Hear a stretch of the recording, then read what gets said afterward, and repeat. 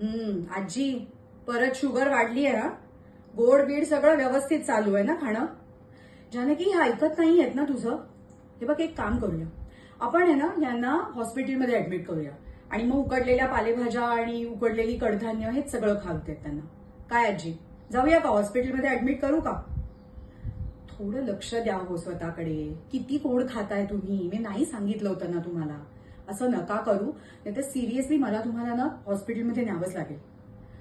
Jokes apart Janaki, पण मी खरं सांगते तुला, हे बघ, ह्या वयामध्ये कसं असतं ना की आपले ऑर्गन्स ऑलरेडी कमकुवत झालेले असतात आणि ह्या जर असंच करत राहिल्या, यांनी असंच खाणं चालू ठेवलं ना, तर मला भीती आहे ह्यांना मल्टिपल ऑर्गन डिसऑर्डर होऊ शकते. ते जर टाळायचं असेल तर आजी तुम्हाला खूप स्ट्रिक्टली डाएट पाळावं लागेल, कळलं का? आणि अगं, दादासाहेबांना आणि वहिनींना मी म्हटलं होतं की फुल बॉडी चेकअप करून घ्या. ते पण आले नाहीयेत अजून. त्यांना वेळेत पाठव हा. आणि हा, उद्या माझा टेक्निशियन येईल, 2 दिवसांनी येईल माझा टेक्निशियन, आणि तो आहे ना आजींची शुगर पुन्हा एकदा चेक करून जाईल. ठीक आहे? चल, मी निघू आता.